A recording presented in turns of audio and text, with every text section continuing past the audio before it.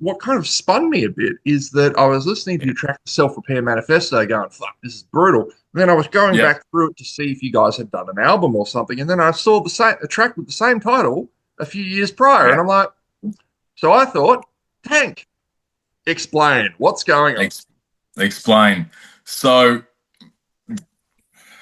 the band's had a few lives, but we started putting together a concept album many, many years ago. We were a three-piece thrash-oriented band many, many years ago. Toured with Amon Amarth, Children of Bottom, Five Finger Death Punch before they were a stadium band. Had a very long hiatus. Came back as a different lineup with a very different sound. Put together an EP. Then Dale, our drummer, went overseas for a few years. So we've sort of had a few fits and starts. And we started writing this concept album, and the first track was called The Self Repair Manifesto. And we just wanted to get it out because we hadn't done anything in years. So kind of got that out in 2018, started crafting the rest of the album and realized everything else was infinitely heavier. And we'd grown and moved into a much heavier space. And looking back at that an early release and the production and everything, we're like, it just doesn't cut it anymore. We need to redo it. The crucial mistake we made, and I'm lamenting this, is we should have changed the title of the re-release. We should have called something different. Yeah. Yeah, okay. Like we abbreviate it to TSRM, when we're doing rehearsals and set lists. In hindsight, should have done that. Yeah. If it makes you feel any better, the new one's heaps better. So we'll just pretend that's the good one. Thank you. Just put in brackets after the song title. Listen to this one. better version. I'm contemplating, do we scrub the other one from existence? It was one of those. Yeah. But yeah, as we were playing, we still had it in the live set list, and it just felt very different. And it was when we were definitely more into the proggy, I guess, feel, whereas we greatly leaned into the fact that we're a fucking brutal death metal band, and let's not fuck around with that. And so I recrafted that song last year or so. I just had it in my mind. I'm like, I don't want to let this song go. I wanted it. It's part of the album collection. It needs to be there, but it needs a new life. So we heavied it up. Very happy with the results. And look, yeah, there's two versions of it now. Enjoy it. Take it all on. Yeah. We'll just put it all out there and see what happens. Yeah. So obviously you guys did the EP ages ago. Is this new track, is this going to be part of a forthcoming full length? I mean, you were talking about a concept album. Hey, look out. Title track to the forthcoming album. Fucking oath. Look at that. Released March 26th, that comes out. Ooh, nice. Yeah. Can you tell I completely forgot about this interview and scrambled about 10 minutes ago to do my questions? So let's just have a conversation. Who gives a fuck? Yeah, do it. Have a conversation, man. This is how as much as people like to shit on him, I love Joe Rogan because his format is just chatting. It's a chat. He just asks questions. Doesn't care if he sounds stupid. He's just a curious guy that asks questions. Yeah. I love it a bit. I know he has his faults, but God bless him. I think he's amazing. I work as a sales rep. I spend a lot of time on the road. There's a lot of podcasts consumed and have listened to Joe Rogan for years. Yeah. And the same. Don't always agree with him. Don't always like all the guests, but I think he's a fascinating human being, and he just have conversations. Oh God, I'd give my left nut to go on that show. I know. Yeah. Okay, so all right, we have an album that is coming out in March. Okay, how long? Firstly, is it title track? So is it called the Self Repair Manifesto? It is called the Self Repair Manifesto. Okay, cool. How long have you been working on it? Couple of years. So the idea was to try and release everything as singles in a chronological order. That was obviously also to milk as much promotion and publicity as you can, because we're still trying to build an audience. Also just cost-wise to make it a bit easier. We've all got kids and families and business loans and all the rest of it. And we're only a three-piece, so it's hard to cobble together enough money to just record an album from scratch. So we thought, let's just do singles. It'll help space out that cash flow a bit. So we've been working on this for a couple of years now. and now, yeah, finally got everything together late last year. So Mhm. ready for release in March. Ooh. Very excited. We're really proud of this, really happy with this, and learnt a lot in the process. Again, about the social media game, like Mm. having all your assets ready. Like the idea of releasing singles, what everyone does now, but what we should have done is have them all ready to go before we drop the first one, so you Yeah, can yeah, keep doing that momentum. You know, all these things you learn along the way, and but yeah. yeah. Bottom line, we're really proud of the album. Love these songs. To what extent does the title track represent the sound and the rest of the album? Very much indicative. Look, Mhm. every being a concept album, we wanted there to be a slightly different feel to each song. Like it's a narrative. It is crafted in a way that it follows a journey. But that I think the title track is very indicative of our signature sound. Um, it's very much who we are and capitalizes on the things that we love to do and the things that work well. So you know, it carries the brutality and the intensity. We get all three of us on vocals. We just try and capitalize everything that we've got in our arsenal. Have we spoken about what the concept actually is yet? No. Okay, what do we got? So this it follows a journey of surviving a narcissistic relationship. So it's based on a female protagonist surviving a narcissistic relationship with an antagonist who was basically set out to destroy her and use her position in life to capitalize his own leverage. Hmm. So there's some a lot of themes at play there. So the opening track is literally, you know, is almost metaphorically waking up in your own grave and climbing your way out and Hmm. taking on that journey of, I guess, realizing your own self-worth and deciding that your life is worth fighting for, and despite the odds, going to battle for your own salvation. Oh, oh, my heart a flutter, Tank. That sounds fucking great. You should be a spokesman. I'll just wait you up. just some Uh, just some light context, you know? I love it. No, man, it's Yeah. great.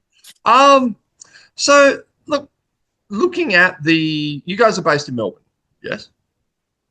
Yep. Yes. How would you describe the music scene in Melbourne? Like, in how has it evolved in the time that you've been there? Um, I look. The biggest thing that you notice is venues closing, venues Gas struggling overday. to. Yeah.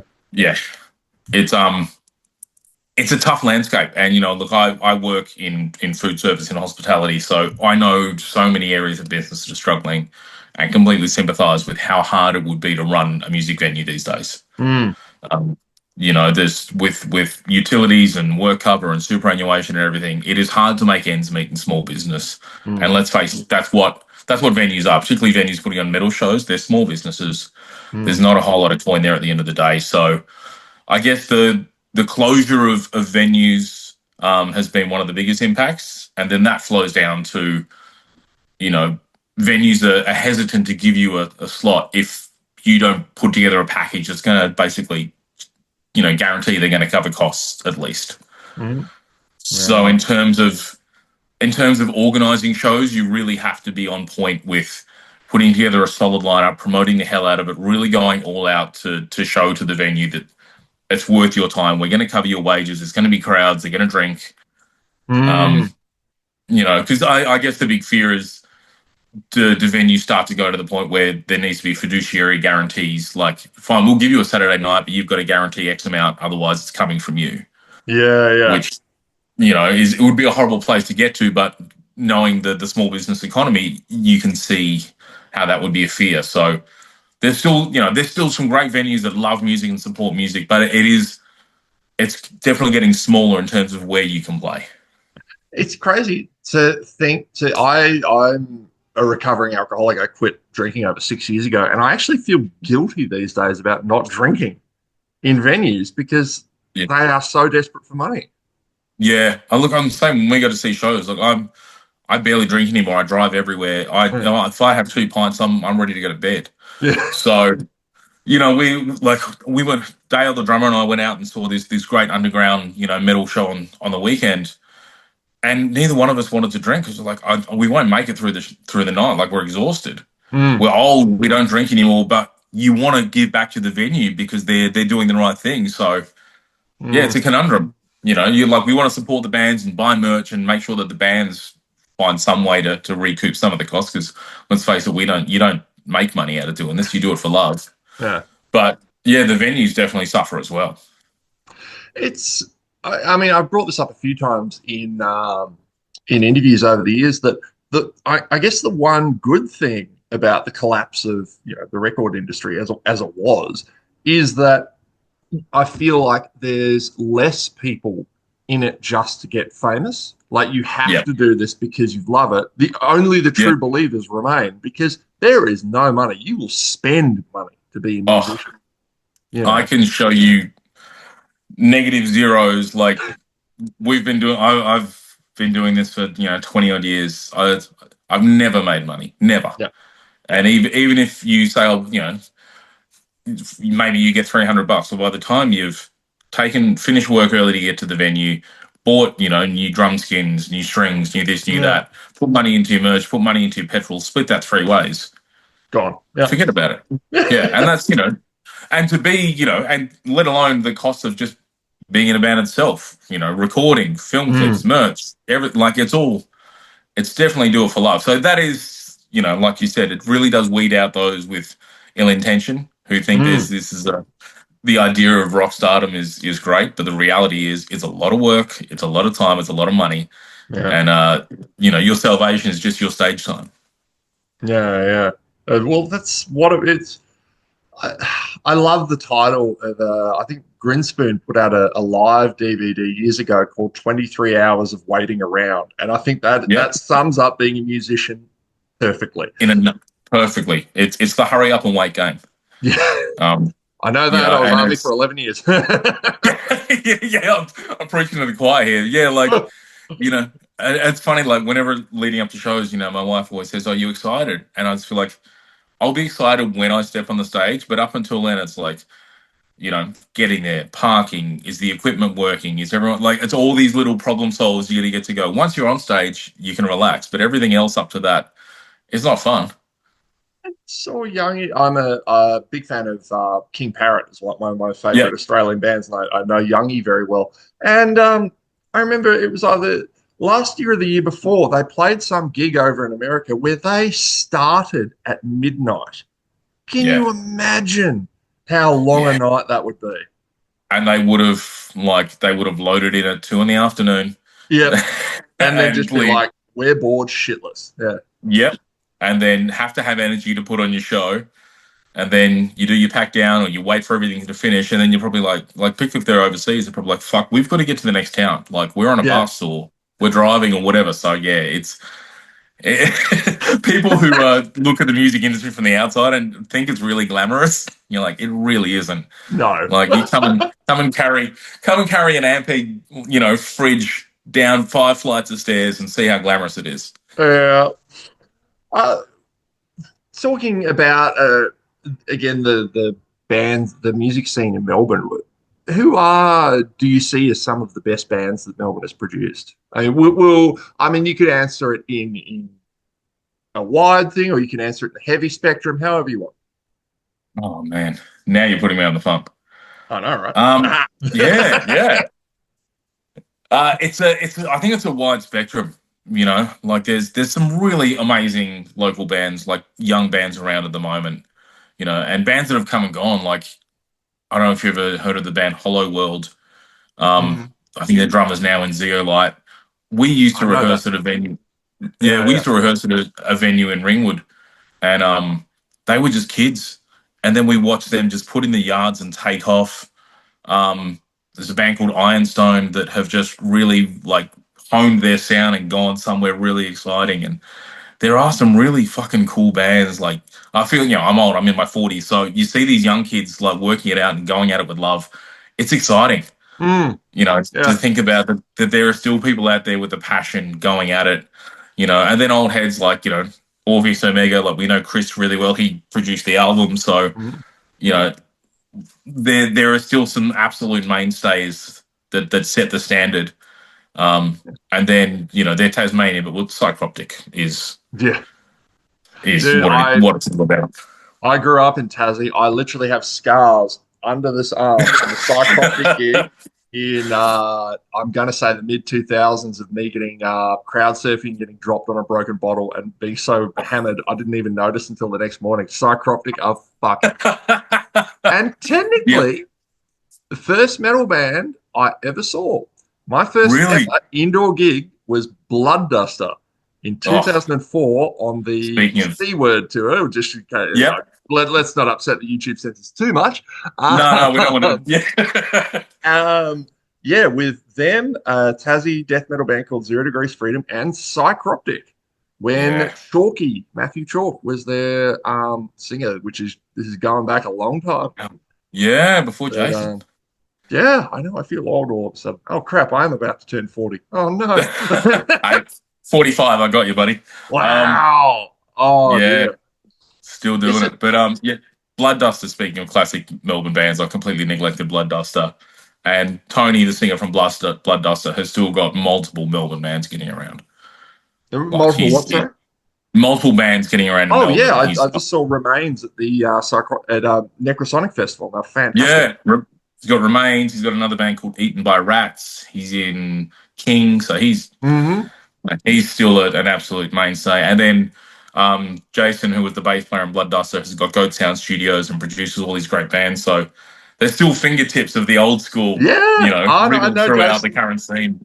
No Jason. Well, again, saw him naked like everyone did. Like, that's a long list. That was an eye-opening gig, man. I had just What do turned I mean? 18. I was not ready. They come No. out half naked, covered in fake blood. Yep. Jason's naked. Some chick gets on stage and starts getting like her boyfriend is fingering her on stage. It was Yeah. they would That's a have a blood shot and center. then just hurl the glass bottles into the walls and stuff like, bro. And Yeah, that would have been eye opening, man. Tone comes out, rips a cigarette, bang, right in my face. Just flicks it right in my eye. Yep. I got to bring that What up with him too. welcome welcome And to when I metal. yeah, and I saw him, he's like, "Oh, sorry about that. No more of that now. We're smoking, man." Yeah, and I guess that's the other thing. Like that sort of, can't smoke on stage. The drinking on stage is minimal these days because everyone's worried about their equipment, rightfully so. Yeah, yeah. Though I think you can still get You away can. with punching a You, dart on stage if you're a performer. oh, yeah. Okay. Yeah, It's because it's part of a because they had part to of the do that to get performance. around the fire code for actors to smoke in stage plays. I had never even thought of that. Yeah, and apparently there was a bar in New York who got around the smoking ban by technically calling everyone who came in an actor. So they Oh, declared the entire bar a stage, and when you came in, they just gave you like this A4 bit of paper that was a script. that's brilliant. Mate, that is classic New York. They will find a way. Yeah, drink smoking law? Fuck you. Yeah, yeah. We're all actors here now. Yeah. That's Yeah, gold. Love that. try to tell New York what to do. Yeah, good luck. Good luck. They've got New York attitude for a reason. Hey, lastly, what do you think is more important in death metal, tradition or innovation? I'm on the side of innovation for sure. For Mhm. sure. Like, it's yeah. You got to respect tradition. You got to know where you've been to know where you're going. But for me, I'm all about innovation. Nothing we do is traditional death. Like we blend death and tech and Mm. black and everything. It's just there's good music and shit music, and metal. It can draw from everything and still be amazing. Yeah, So, oh yeah, I'm I'm a all for innovation. I'm a huge fan of grindcore. One of my favorite bands is Napalm Death, and I love the fact Yep. that they just do not give a shit what you No. think about what grindcore is. They pretty No. much invented the genre, and Yep. yeah, Yeah. Yeah. yeah, Absolutely. yeah. You We're know. going to release 2 singles for our latest album. 2 of them aren't even Yeah. grind. Like, Yeah. You tell Barney what to do. No. yeah. See how that- No, I think innovations is exciting. Otherwise, things get stale and repetitive. yeah. And who are these? And it just leads to this gatekeeping thing. Like, oh, it's not real death metal.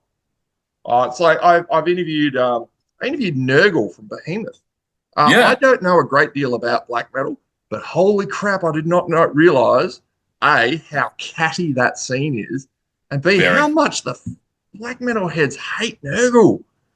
Yeah, they Oh, do. They really mm. do.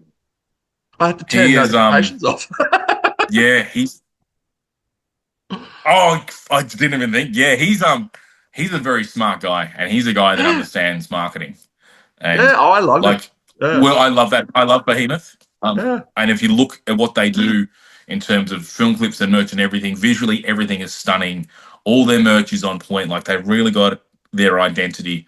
Mm. And like, the last single they released was called "Shit of God," which just pissed off all the Christians. So they Yeah, flooded the comments, and he just went, "Thanks. Watch the algorithm climb." Like yeah, yeah. he knows how to manipulate. Well, it's great because he managed to piss off the Christians. I mean, that's Yep. easy. But he also managed to Yeah. piss off all the black metal guys by saying, by spelling the, OV, Yep. of in the very cult. How do you pronounce it? Is it cult Yep. or cult? I I don't know. don't. I don't know. But and they're all like, "Oh my god, he's so edgy." And I'm like, wow. So, but again, algorithm, angry Yep. Christians, Just angry black metalers. thank you. Like that was. I feel like the only promo they had to do for that single was just write the title, and then just sit back and go, "Done. Yep. See you later." Like he's got his bar. He's got a barber shop. He's fine. Don't worry about it. God bless him. He was literally in bed when I was interviewing him. So I was going like he was like curled up in bed, and it literally looked like the two of us were, about to start having funny cyber sex or something. It was fantastic. God bless him. He was Yeah, wonderful. but you're right. There is a lot of. I mean, I think in all music styles, but definitely in metal, there's gatekeeping and traditionalist structure, and like you must fit this category and you must abide by these parameters. I feel like the whole ethos of metal is fuck the rules, Yeah.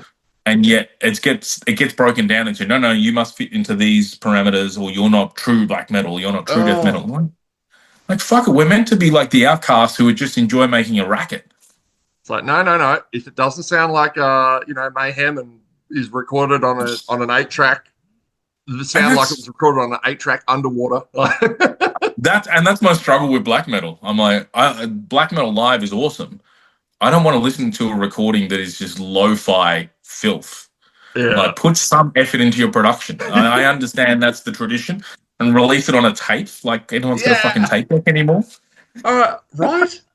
I don't even Yeah. have a CD player in this house. How do you think I'm going to go with a It, fucking tape? it blows my mind when I see people releasing tapes. There's a cash converter somewhere just milking it, selling old Casio decks for hundreds. Hey, man, in the mid 90s, I'm sure you could have been like, oh, get rid of this record player. Like I'm ever going to need this again. Oh, I know. I know. Everything old is new again. Who saw that coming? I know, in this age where everything has become digitized. Yep. And Yeah. vinyl, this most incredibly, cumbersome and impractical Yeah. music medium is, Yep. yeah, is Still the one huge. that's soaring. Who knew? And I understand as as an old head, like we like tangible things, and there's definitely part of the metal crowd that wants something tangible. And Um, the big artwork looks fantastic. Like I and I get it. think, yeah, I feel like so much of the vinyl sales, no one's playing it. It just wants to go on a shelf somewhere and look sick. Yeah, 100%. I'm so grateful I never got into vinyl. Otherwise, I'd be in the poorhouse. Yeah, yeah. I have Band a small merchants. collection, but Uh, but yeah, I've definitely capped it off. Mate, it has been rad talking to you, and I think this Same. went pretty well for a rapidly off the cuff interview. Thankfully, I've done thousands of these, and I can do this shit in my sleep. So, You absolutely can, mate. You're an affable bloke. You're easy to talk to. So just, cheers, I man. would much rather just have a chat, and Yeah, then mate, that it's is more great. real. Yeah. Yeah. Look, well, I cannot wait for the album to come out. Flick us out. We don't really have any like proper death heads for a review. Oh, we'll see what we can do. Yeah, Yeah, flick us a press release when she comes out. easy, We'll hook you up with a easy. review. That'd Even be if it's awesome, me man. Much going, appreciated. oh, it sounds loud and hostile. Tom, do you know anything about Great. death metal? No, but I'll give him great quotes. You don't have, mate, you don't have to. Just go. It was loud, and I liked it. Yeah, that's usually how what was the album like? Oh, it was 21 minutes of sonic hostility. Yeah. You're talking out your ass, aren't you, Tom? Yes. Yeah. Just like I've gone to ChatGPT to try and get some more adjectives. Death before ChatGPT. I've never used such one. Yeah, just with my standard for music is just like I liked it. Yeah. You don't need to describe how or why. It got to you. It resonated somewhere. Fuck yeah. Yeah, it was good, and I haven't stopped listening to it. Fuck yeah. Fuck yeah. Easy. Yeah, we'll definitely flick you everything, man. We'll send you all the things. Happy days, man. All right. Thank you for your time, mate. You're very welcome, brother. Take care.